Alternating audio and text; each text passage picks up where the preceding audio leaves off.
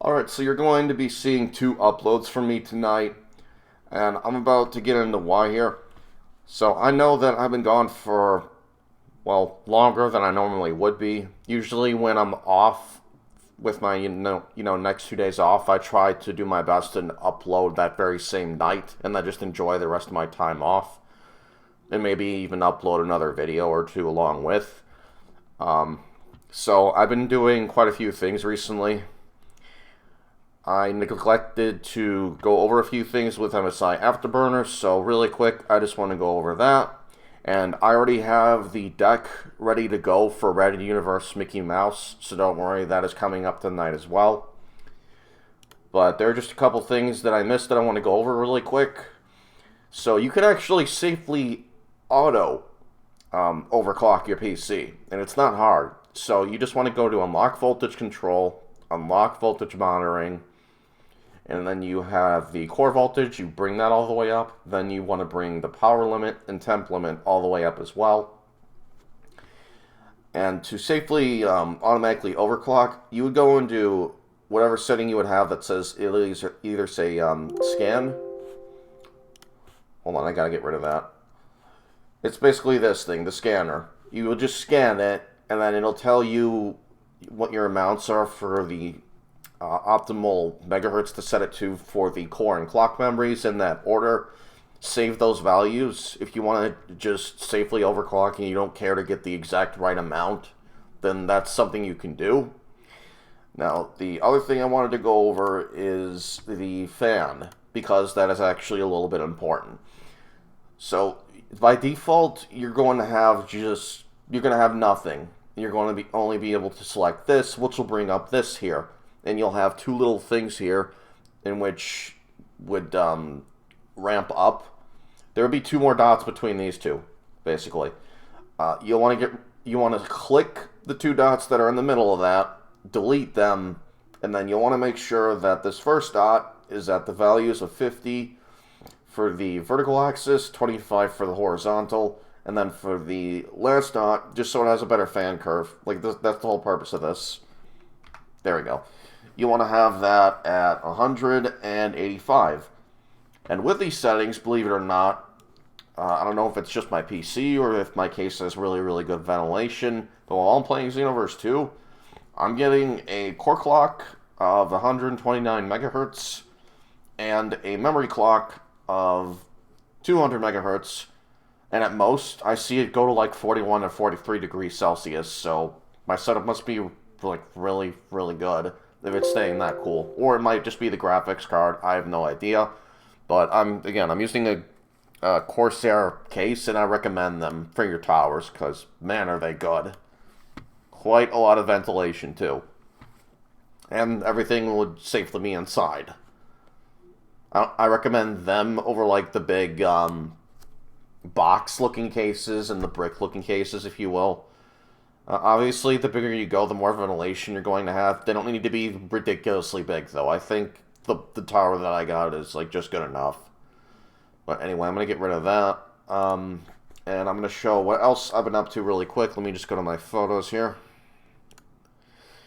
I've been busy getting the setup all together, my dream setup, if you will. Let me just get this over here. I don't know why it's not over here by default. That is currently my main setup. Finally got some furniture in. Got the couch here and the table. As you can see, it's very blue themed. I put up those blue LEDs not long ago.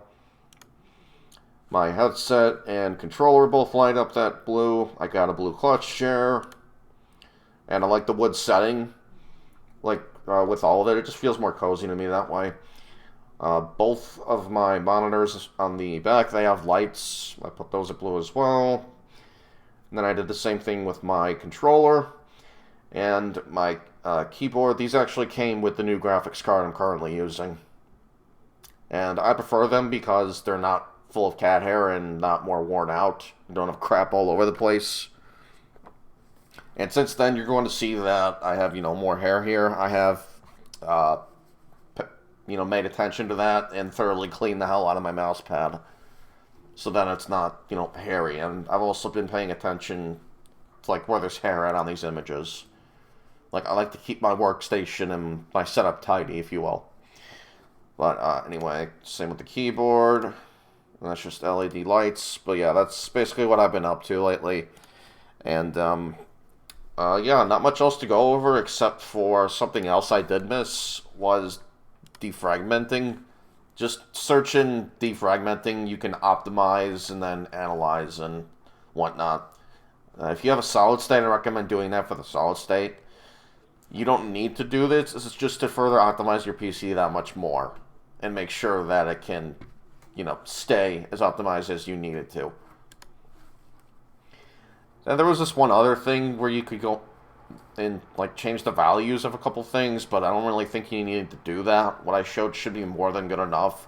And keep in mind, this is all to just run Xenoverse 2 as smoothly as I have it, running.